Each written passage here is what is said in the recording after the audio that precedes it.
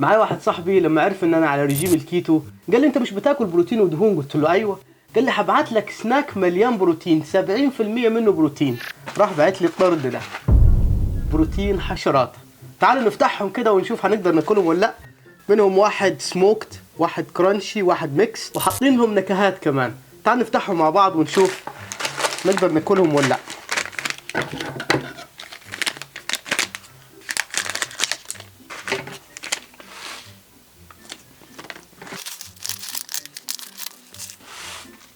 يا ساتر يا ساتر.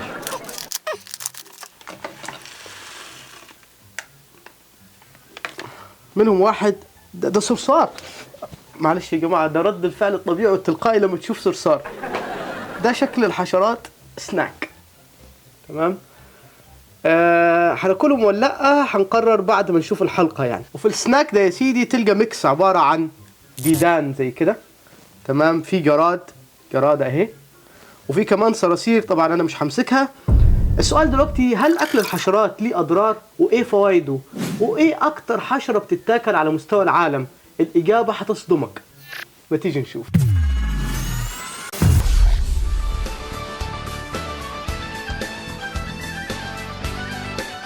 السلام عليكم مشاهدينا الكرام، حلقة جديدة من علم تيوب عن اكل الحشرات. هتقول لي ايه المواضيع الغريبة دي يا ابو خالو؟ احنا ايه دخلنا في اكل الحشرات؟ الكلام ده تلقاه في اوروبا وفي اسيا. اقول لك يا ابو خالو يا جميل، انت تعرف ان تاني اكتر قارة بتاكل حشرات بعد اسيا طبعا هي مين؟ ايوه، افريقيا. في اكتر من 30 دولة في افريقيا بتاكل حشرات. اكترهم طبعا نيجيريا وجنوب افريقيا وزيمبابوي والكونغو ومالي والحتت دي. تخيل من اصل 2500 حشرة قابلة للاكل في منهم 1000 في افريقيا. وعلى مستوى العالم في 2 مليار بني ادم بياكلوا حشرات كل يوم. تخيل، ده له اسم علمي، انتوموفاجي. لما رحت في الصين زي ما هو واضح من الصور كده، دخلنا سوق في قسم كامل كان للحشرات، صراصير وديدان وعقارب، وحاطينهم في عصيان زي كده. انت تقول له مثلا انا عاوز العقرب ده، يروح واخده ومغطسه في الزيت يقليه ويديهولك تاكله. وبيقول لك عشان تواجه مخاوفك وتقوي قلبك، يا سلام كده لو كلت حشرات وتكون حيه. انا قلت لهم يغور القلب اللي عايز اجمده ده، طبعا مش واكل. اللي كان معايا واحد من ايطاليا اخذ عقرب وكلها. بعد ما خلصها قلت له هي طعمها زي ايه؟ قال لي زي البطاطس المحمره. والصرصار مثلا بيقول لك طعمه شبه المكسرات والفشار وبيقرمش. هتقول لي اللي بنضربه بالشبشب ده؟ اقول لك ايوه. وبعض الحشرات ليها طعم حادق كده صور زي النمل والنحل. فلو بتاكل حاجه وشاكك فيها وحسيت بطعم حادق كده، فاعرف كده يا بطل ان انت خدت لك نمله او نحله. والحموضه دي والطعم الحادق بسبب حمض الفورميك. والسؤال دلوقتي، ليه الناس اتجهت لاكل الحشرات؟ اقول لك عشان الحشرات غنيه بالبروتين. 70% من حجمهم بروتين، وفيهم كمان اوميجا 3، يعني بيجمعوا ما بين اللحوم بروتين والسمك اوميجا 3. ده غير كمان انه فيهم فيتامينات ومعادن والياف. انا ما اعرفش بالظبط اكلهم حلال ولا حرام، لانه الحته دي عليها تضارب، لكن على حد علمي ان الغالبيه العظمى من المذاهب بتقول حرام. يا ريت اللي يعرف الراي الشرعي يكتب لنا في التعليقات تحت. تخيلوا بعض الحشرات بتعتبر افروديزياك، يعني مثيرة للشهوة وبتحسن الاداء الجنسي، زي نوع في نيجيريا اسمه سوسة النخيل. وبعض الناس كمان بتفتكر انه اكل الحشرات بيديهم قدرات خارقة. يعني مثلا على سبيل المثال في المكسيك بيعتقدوا ان اكل الجراد المقلي الفرايد جراس هوبرز بيخليك اقوى وتتحرك بسرعة ورشاقة. في ناس كمان بتعتقد ان اكل الحشرات والديدان ليه فوائد صحية زي تحسين المناعة وبتزود صحة الامعاء وبتقلل الالتهابات. هتقول لي والله يا ابو خالو لو فيهم ذهب مش هاكلهم برضه. ما واكلش. انت بس قول لنا ازاي اعرف المنتج ده فيه حشرات ولا لا عشان ناخد بالنا. اقول لك يا سيدي، في الاتحاد الاوروبي لازم يتكتب بوضوح على المنتج لو فيه حشرات او لا.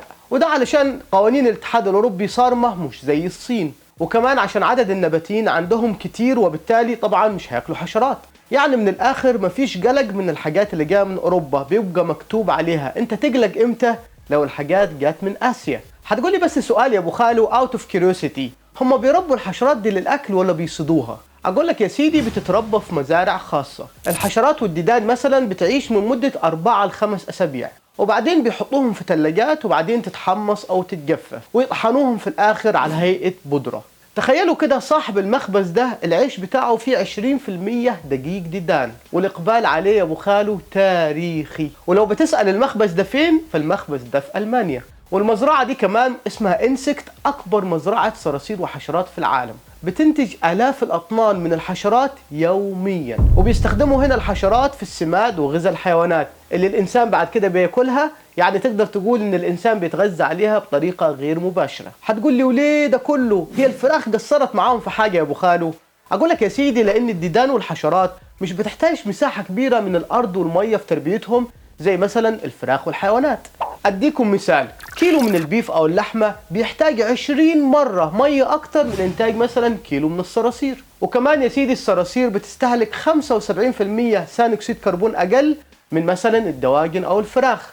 وثاني أكسيد الكربون زي ما انتم عارفين ده المسؤول عن الاحتباس الحراري وتغير المناخ. وبالتالي يا أبو خالو يا سبحان الله الصراصير أحسن للبيئة وللكرة الأرضية. وفي بحث كمان عملته الفاو بيقول إيه؟ بيقول إن الصراصير بتحتاج أكل 6 مرات أقل من البقر والماشية، وبتنتج نفس كمية البروتين اللي بتنتجها البقرة. وزي ما انتم عارفين إن العالم دلوقتي بيمر بأزمة أعلاف، ففي حاجة دلوقتي بتستهلك 6 مرات أكل أقل وبتديني نفس البروتين بتاع البقرة. فإيه بقى؟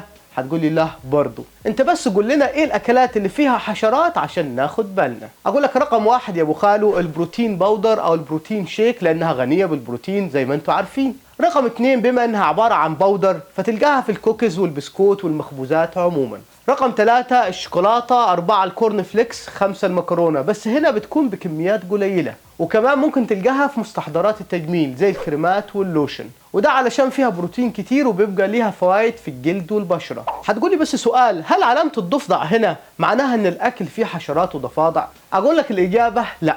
دي يا ابو خالو معناها ان الشركة المصنعة للمنتج ده ماشية على معايير بيئية واقتصادية واجتماعية محددة بيفرضها اتحاد وتحالف الغابات المطيرة اللي بيسموه الرين فورست الاينس. يعني المنتج ده بيحسن التوازن البيئي والانتاج المستدام. من الاخر يا ابو خالو ما فيهاش ضفادع. هتقولي طب هل اكل الحشرات ليه اضرار؟ اقول لك ايوه طبعا، لو تهفيت في عقلك واكلتها من الشارع. يا ابني استنى انا بقول حشرات مش حيوانات. ايوه كده. عشان كده مهم جدا تعرف نوع الحشرة ايه وصالحة للاكل ولا لا، وطريقة طبخها الصح عشان ما تاكلهاش وتتسم يا مفجوع.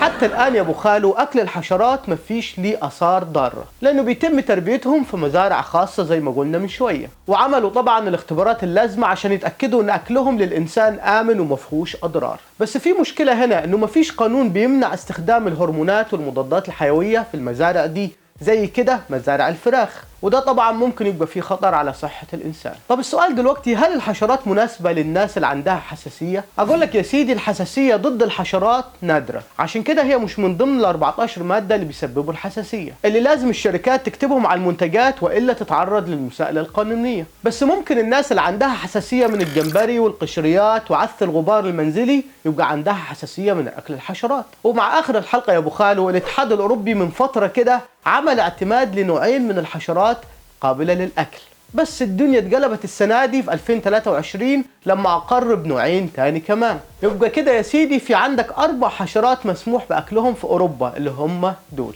وعاوز أقول لك كمان إنه في وجعة مربربة جاية في الطريق، في 8 اقتراحات لأنواع حشرات جديدة مستنين التصديق عليها. وبالتالي يا ابو خالو معظم المنتجات اللي جايه لك من اوروبا الفتره اللي جايه هيبقى فيها حشرات. عشان كده الاحسن ان دولنا العربيه تعتمد على الانتاج المحلي، والا هتاكل حشرات غصب عنك. يعني من الاخر اعتمد على الانتاج المحلي مش الاستيراد.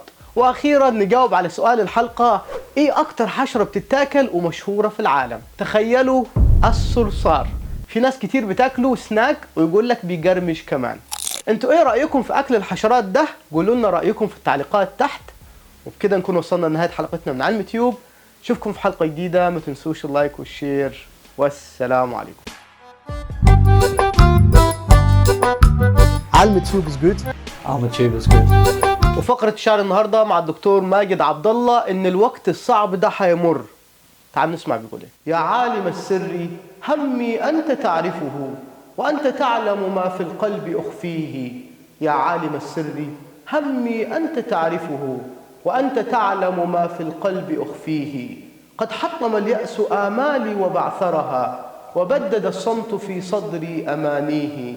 ما كنت أشكو إلى الأحباب خافيتي، ما كنت أشكو إلى الأحباب خافيتي، فلن يخفف شكوي ما ألاقيه. رفعت شكواي للآفاق في أمل، إن مات قلبي فرب الكون يحييه.